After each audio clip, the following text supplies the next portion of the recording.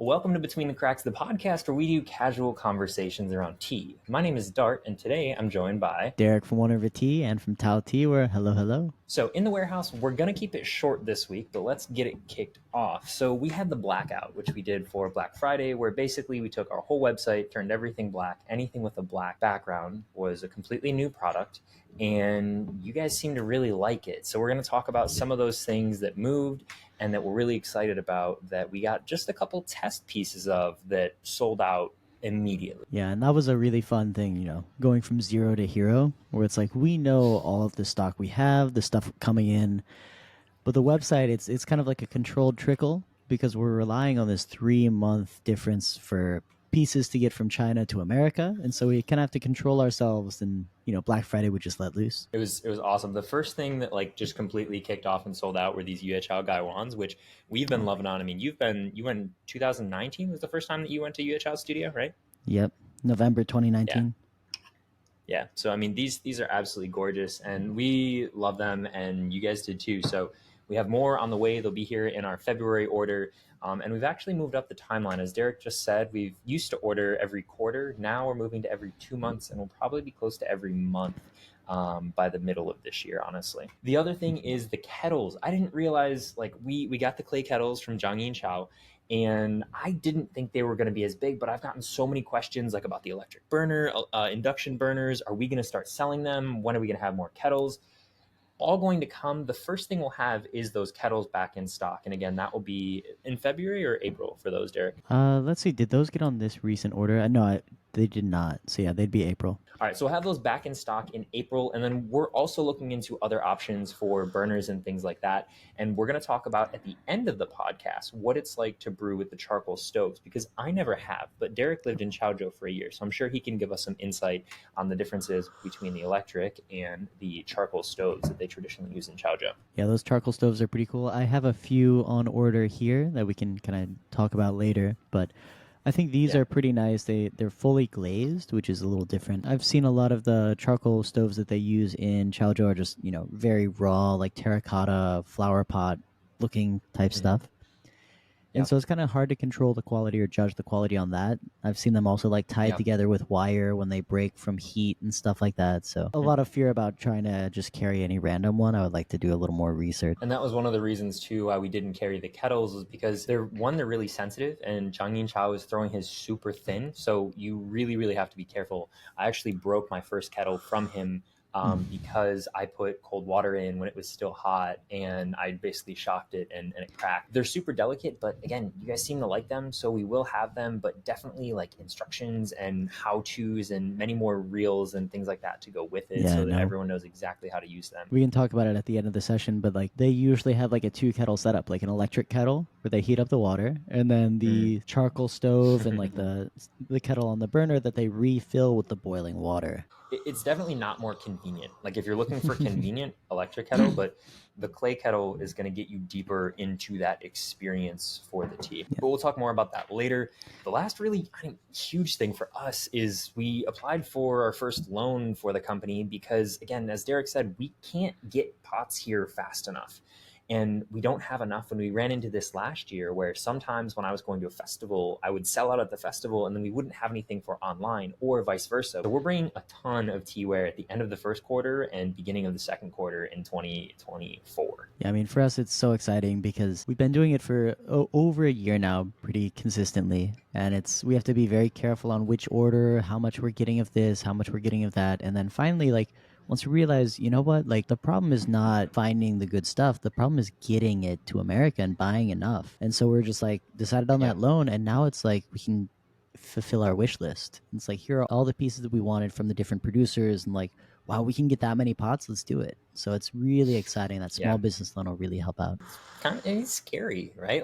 It's the first time that we've had to use anything besides, personal funds.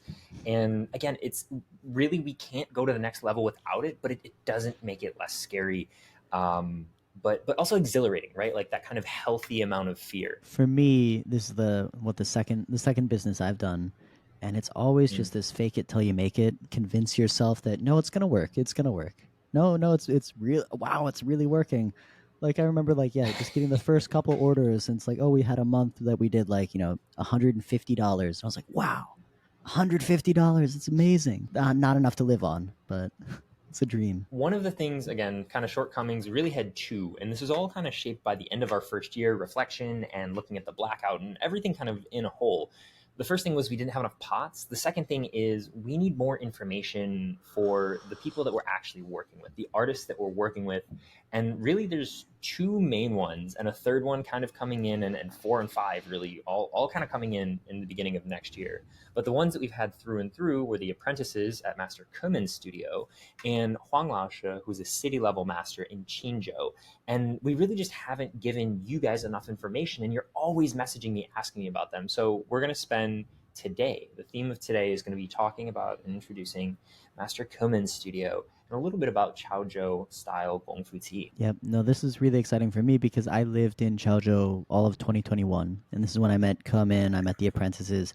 I practically lived at the Baiyan Jingshe, like his studio in the old town. I remember my second apartment in Chaozhou, I got it specifically because it was like a 5-minute walk from the studio. That way I could just go there every morning, go there every afternoon, check on the pieces, because if there are any potters out there watching, like, you know how nice it is just to be able to drop by the studio and be like, oh, is this leather hard yet? Can I trim this yet? How's that? Did it dry out? You really want to be close and checking on your pieces. So I'm curious, before we actually get into any of the other questions, did Master come in, like, did he charge you for studio space, or does he charge the apprentices for studio space, or no? Like, how does that dynamic work, like, for studios in China? yeah, I mean, that's a very good question because it's like you said, how does it work for studios in China? Is that master apprentice studio kind of thing where he's letting the apprentices live there, throw there, do all of the work there, and like he's even letting them sell their own pieces. So these apprentice pots that we're buying, we're actually paying directly to the apprentices. We're not paying to Cumen Laoshe. And I mean, other masters will do it differently. Like Cumen just has a huge heart, which is just amazing. Yeah. He doesn't usually charge people for the apprenticeship. The goal here for a lot of Chinese studios is if you have good students, if you have good apprentices, that'll make a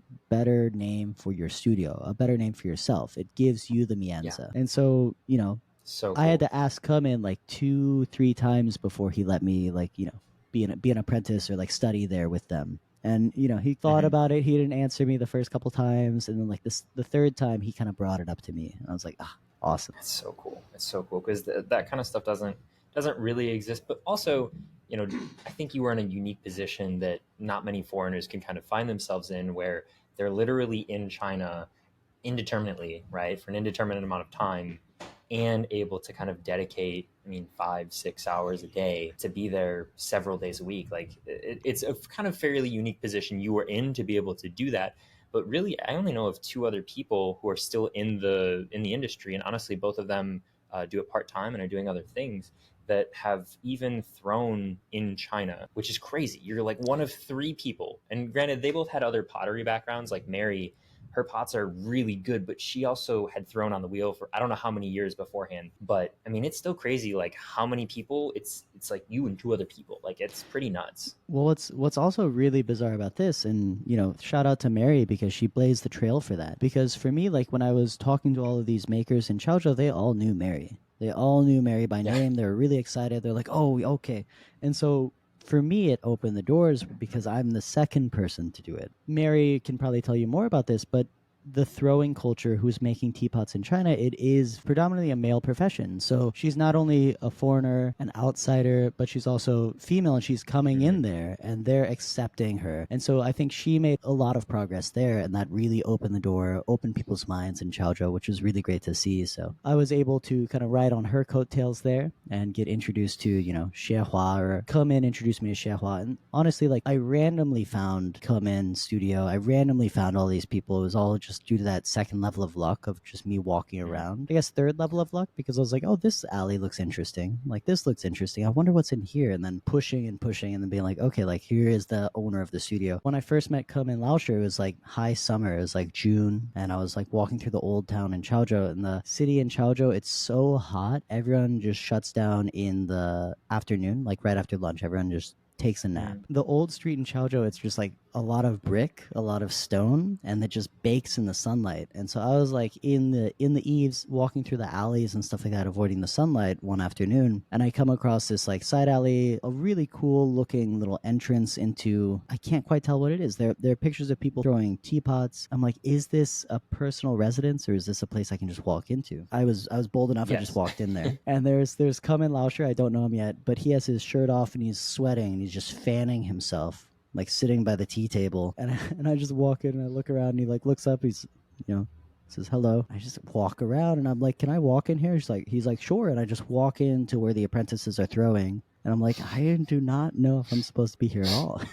and I come out, I eventually sit down, come in, offers me tea, and we start talking, and I find out, oh, this is his studio. It is open to the public, but it's still like an actual workspace for his apprentices. That's so cool. Before we actually get into Cumen, though, let's talk a little bit about Chaozhou Brewing, because I think it is unique, and obviously the pots are reflected in that kind of unique style. So, and honestly, have you been to any other city where there's as many people drinking Gongfu tea in China? Like even Yixing, Jingdezhen? Really, like the only other place that would quite compare with it would be Xiamen and Chuanzhou and Anxi, which is all southern Fujian. And so in southern Right. Fujian, their culture is deep. This is the Anxi Tieguanyin.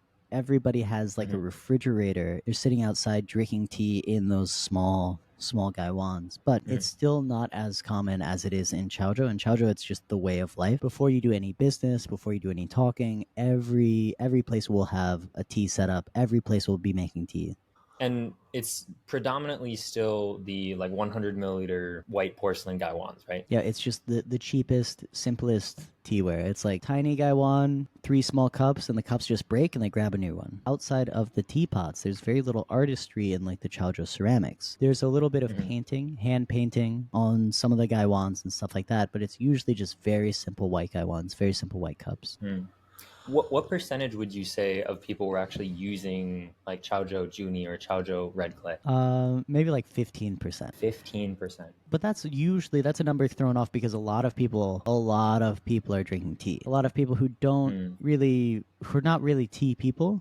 If that Sure. makes any sense. They're all drinking tea, Yeah. but if you go to a tea house, if you go to a place that they're responsible for making, selling, buying tea, they have a couple pieces of Juni that they'll be using. I wonder if part of it though is the fact that Juni is still kind of younger, like that the Xinhua revitalization was still only what 25 years ago, something like that, right? Getting into Kemin's story, like Kemin, he didn't study teapots, right? He studied ceramics in general, particularly like sculptures. And he's a Fengxi native, he's Chaozhou native, and then it was his work with Xinhua in like the early 2000s that he realized like, oh, like he actually started studying how to throw teapots from Xinhua in like 2003, 2004. And then that kind of changed his trajectory. I really want to promote this particular culture. And so, yeah, like you said, like 20 years ago is really when that revitalization started happening. Because Xinhua was working with raising the quality of clays. And we've talked about this with Zhang and Chao, where like the Chaozhou clay is inconsistent. It's low hill clay. It's not like the deep mountain clay. And so to really know how to use it, you have to formulate it properly. And that's what Xinhua was really into figuring out. We have some Juni on the way, and we're going to work with Mark Moeller over at Sanguine Teapots, and him and I are going to do a number of experiments with different pots and shapes next year, and testing, with pots that we know exactly how they're fired, exactly what temperature, the exact, porosity, or at least all of those factors being equal. And the reason we're specifically doing it with Mark, and we're going to have him throw some of these Juni pots, he has worked with Lizella, a clay that's typically mixed, but it's never used as a single source because it in and of itself isn't a stable clay, or so people thought, until he figured out when you reduce it and you fire it in gas, you can make it a usable clay. But it's basically the same thing that happened with Chaozhou clay, where the clay that they were using in the early 2000s wasn't stable by itself. And they had to learn either one of two things, right? One, how to use that and how to specifically fire it, or two, how to add or use different clays to bring it together to make it a stable structure. So either change the way you're firing it or change the clay. Mark is kind of the perfect person to be working with for this, and I cannot wait to see the results of that Juni coming out of his kiln. Yeah, what's really cool about this narrative is that we're getting the clay from Zhang and Chao, who's getting it from Xinhua, who's getting it from the same sources that Xinhua is, because Zhang and Chao ran Xinhua's studio in Ming Yuan, which ironically, getting back to it, is essentially what Xinhua started with a few other people and Kemin Laosher. This is kind of like the Limerick era where she came in and they had one big factory. And they were all working together, all of the big names, all the big masters, Xinhua, Kemin, a lot of other people. And eventually, during that time, that I think that was around 2018, and Kemin, he started his Baiyan Jingshe that I found in 2016. And we'll kind of talk about the progression of like masters, apprentices, workshops, studios, and how it happens. But eventually they all split off and they all created their own studio, and the big, massive studio ended. The clay that's coming is from that lineage, which is really cool. That is really cool. And just to give a quick like bird's eye view for everyone, there's 3 levels of masters effectively in Chinese pottery. You have national level, then you have provincial level, and then finally you have city level. Xinhua is a national level.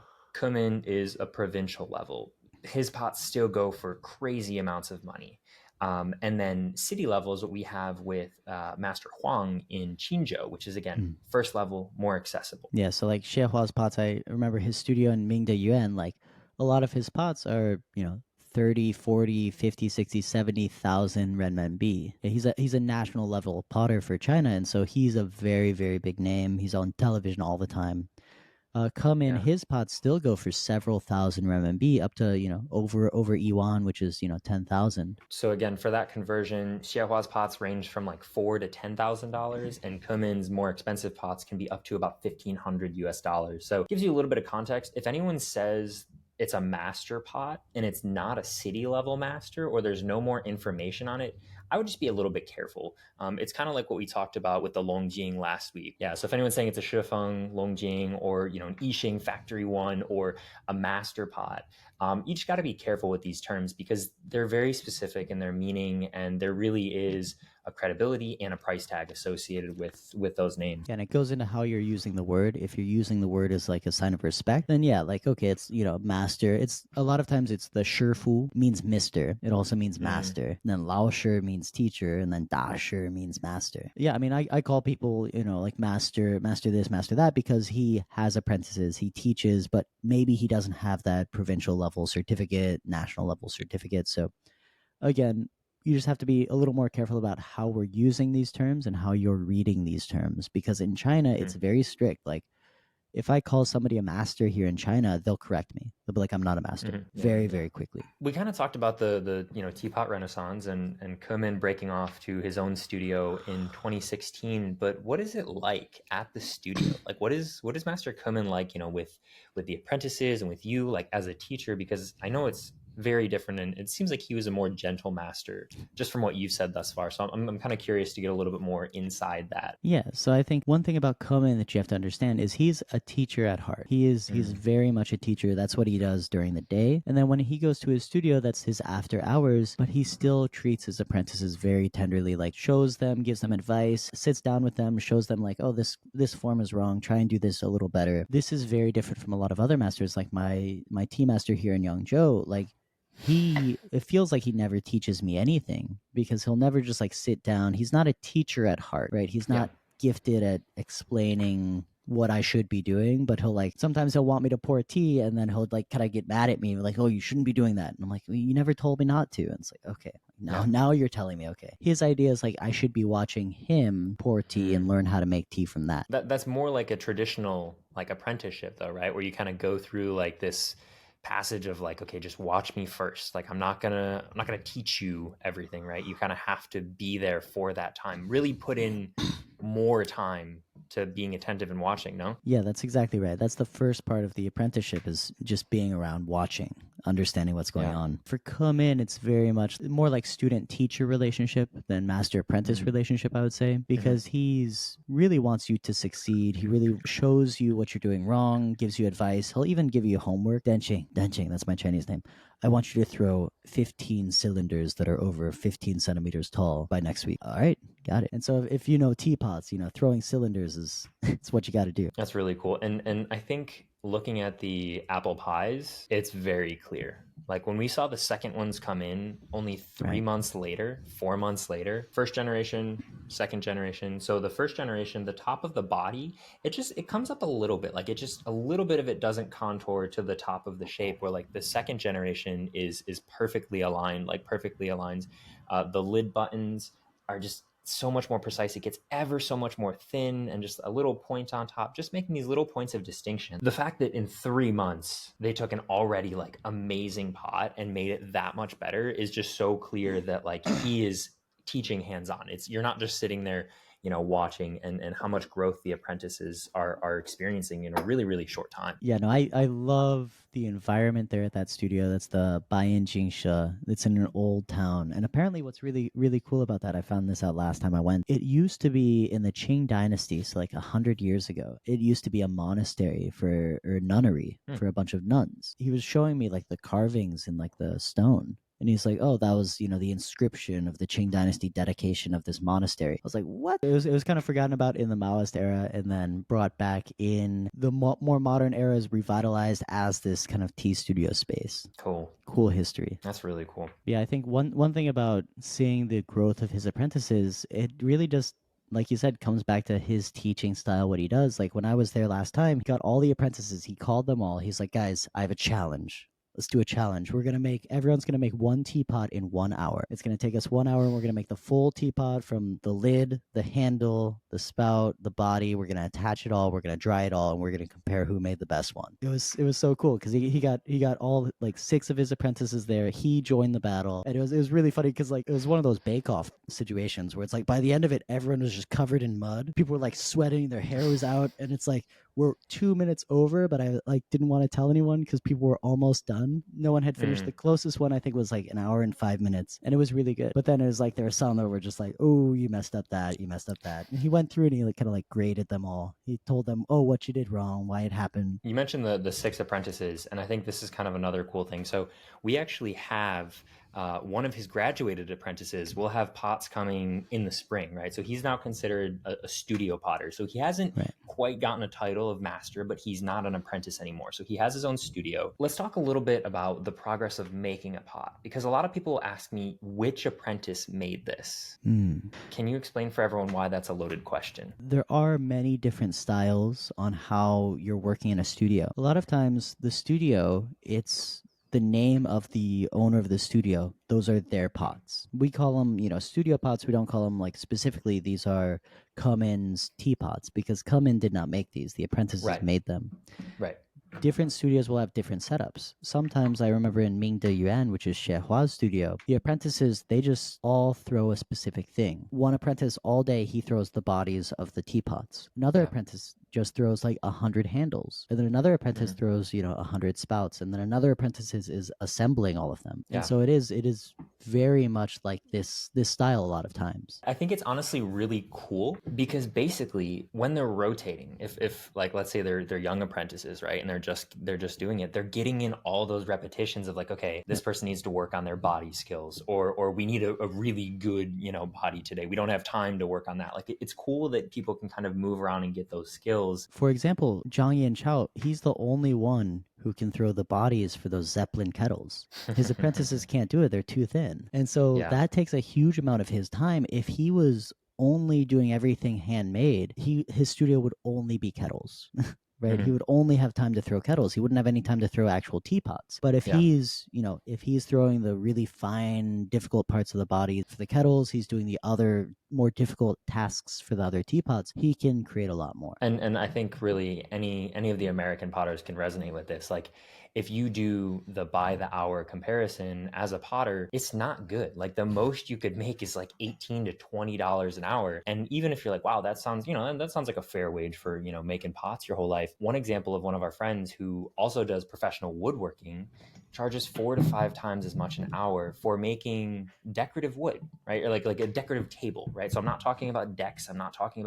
So it's crazy that as an artist, potters, especially the way that the dynamic is right now, if you're just working by yourself with no assistants, no apprentices, no students, no one working under you, after 30 years in a profession and you're only making $20 an hour, like it just makes sense all around. Master gets to make the best stuff, the most difficult stuff. The apprentices are getting in their repetitions because these are all handmade pieces. When I get these in and I look at, 15, 20, 30, 50 of these pots together, it's crazy how close they are with how small they are. Like the fact that that can happen only comes from repetition of doing a pot 1,000 times, 5,000 times, which we don't often do and we don't often see, with potters in the US. And it's a really cool thing it's extremely impressive. And I think like now that we've kind of explained how it works, like how the process of throwing these pots in the studio works, now you can see why we're like, wow, the second generation of the apple pie got so much tighter after only, a couple months. But that's not just a couple months. That's probably like a few thousand bodies that the Yeah. apprentices have thrown and practiced. There's a saying for like artists where it's like you have, 1,000 bad paintings in you and you have to get them out before you can start creating good paintings. I think it's very similar to like throwing teapots. Yeah, so what's really cool about these side handle teapots that, the Cumen Studio apprentices are making right now is this is what Cumen was really pushing on me when I was there in 2021. And I actually came out with a few of my own teapots at that time. Nothing really, really amazing, spectacular, but I got the body, I got the style down, right? And so this is that side handled. And as you can see, like mine's smaller. I didn't realize the shrinkage was that extreme. Let's see, I think the spout is a little too, it's not 45 degrees, and so it doesn't pour as well as these guys will. See, my spout's a little more flat right there. And then the lid falls off if I tip it, which if you check out these apple pies, that doesn't happen. And it's pretty bizarre that doesn't happen. Here's another pot I made, and this one I actually nailed the lid on, and so when I go like that, the lid doesn't fall out. Cool. And it's just really cool with the gallery lid, the really fine, thin lid, and then having that cut there. But as you can see, I worked a lot with the side handles that come in studio. And so when you're making your own studio, you kind of have to realize, okay, what can we do that will be kind of our thing that sets us apart from the other studios in Chaozhou? And I think Kemin really wanted to get this side handled down. I think this was a great little getting our feet wet into kind of the behind the scenes of Cumen Studio. We definitely have more footage coming, more videos, and we'll start filling out some of the blogs on our website as well to give you a little bit more information, especially with like the Chinese characters and things like that, when we're saying them, maybe we set them a little bit too fast or something like that. But I do have some ultimatum questions for us for the next segment that all pretty much relate to Chaozhou for today. So first question of the day, clay or electric kettle, Derrick? Ooh, probably electric. What about you? Yes, both. It depends on what I'm doing. Like if I'm just sitting down to brew and I'm just here to drink tea, the clay. Like when the lid starts popping and I'm just hanging out and brewing, the clay is like there's nothing cooler and I feel completely, I don't know, just more immersed. But if I'm doing any sort of testing on like new teas or flavor profiles, or if I'm working with a tea that's really delicate and I want that exact temperature, there's so many more things that kind of the electric kettle can offer for that. But I use both all the time. Yeah, it's funny because for me, when I'm out brewing tea out in the park, it's really nice to use the charcoal stove, the clay kettle, but it feels like a totally different experience. Yeah, so let's talk about that one next. The charcoal stove or the electric burner with the clay kettles. I have not had a chance to brew with one of the charcoal ovens yet, so I cannot contribute to this one. Well, for me, it's charcoal. For me, I would much prefer the charcoal. I just got the electric burner now, and I'm just like, yeah, it's not as nice as the charcoal. For me, the whole idea here is if you're already using a kettle to be boiling water, like a clay kettle to be boiling water instead of electric, why not go all the way? Why not have the extra sensory experience of the charcoal, that crackling, the slight fizz that goes on? And again, like when it brings it to a boil, that really, really slow, natural fire heat, there is supposedly a different tension in the water, a different taste in the water that you can perceive. Do you think that's noticeable, or do you feel like it's more just kind of the whole sensory experience? I think it's just like, yeah, it makes the whole experience a little more, it's slower to heat up. You need patience. It makes it more rewarding. So Next one, if you're brewing Chaozhou style, porcelain gaiwan or clay teapot. You start. I have fallen in love with these apprentice pots from Chaozhou. So if I was on a desert island, I think I'd take an apple pie over porcelain gaiwan, which I wouldn't be able to brew every tea better, but they're just, yeah. Yeah, I mean, I think it's very interesting. It depends on what you want. Like for me, like when I'm just drinking the tea to enjoy it, I'm doing the clay. But if I'm tasting a tea, testing a tea, if it's a new tea I have to figure out, I'm always using a porcelain gaiwan. I think that has to be the answer. Last one, Yixing or Chaozhou? Ooh, Chaozhou, hands down. It's funny. I was just doing some sampling testing of different clay effects and things like that on it was a show pour yesterday. Man, the Yixing, it just takes away that little bit of bite. Like Shopuar doesn't even have a bite, but it rounds it out. But I can't.